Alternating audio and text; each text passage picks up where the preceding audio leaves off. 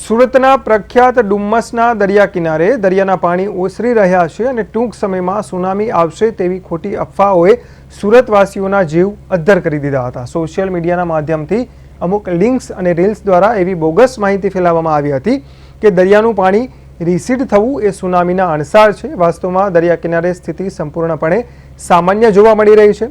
લોકોમાં ફેલાયેલા આ પેનિકને રોકવા માટે સુરત સાયબર પોલીસ તાત્કાલિક એક્શનમાં આવી। સાયબર ટીમ દ્વારા ગુપ્ત રાહે તપાસ હાથ ધરી અફવા ફેલાવતી 11 જેટલી સોશિયલ મીડિયા લિંક્સ આઈડેન્ટિફાઈ કરવામાં આવી છે અને તેને દૂર કરવા સંબંધિત એજન્સીઓને જાણ કરવામાં આવી છે। આ મામલે રાજસ્થાનના શુભમ અશોક જહાંગીર નામના શખ્સની ઓળખ કરી તેના વિરુદ્ધ ગુનાની અનેક ધારાઓ હેઠળ ગુનો દાખલ કરવામાં આવ્યો છે। પોલીસ દ્વારા સ્પષ્ટ સૂચના આપવામાં આવી છે કે સોશિયલ મીડિયા પર પુષ્ટિ કર્યા વગરની આવી ભ્રામક માહિતી શેર કરનાર સામે કડક કાર્યવાહી કરવામાં આવશે। છેલ્લી તારીખ 7 મઈના રોજ અમુક સોશિયલ મીડિયા લિંક્સ મારફતે એવી અફવા ફેલાવવામાં આવી રહી હતી કે ડુમ્મસ દરિયા કિનારે પાણી રિસીડ થવાના લીધે આ સુનામીના અણસાર છે અને એવા સિમ્ટમ્સ છે જેના આધારે અમુક લોકોએ આવી રૂમર્સ ફેલાવી હતી।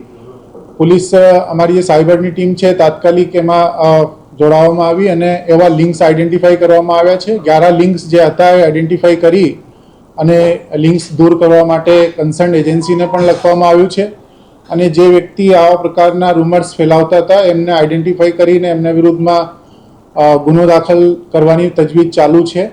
એક આઈડેન્ટિફાઈડ થયેલું માણસ જેનું નામ શુભમ અશોક જહાંગીર છે એ બેસિકલી રાજસ્થાનથી બિલોંગ કરે છે। એમના વિરુદ્ધમાં બીએનએસની કલમ 353(1)B આધારે મિસઇન્ફોર્મેશન ફેલાવવા અને લોકોમાં પેનિક ક્રિએટ કરવાના આધારે ગુનો દાખલ થયું છે।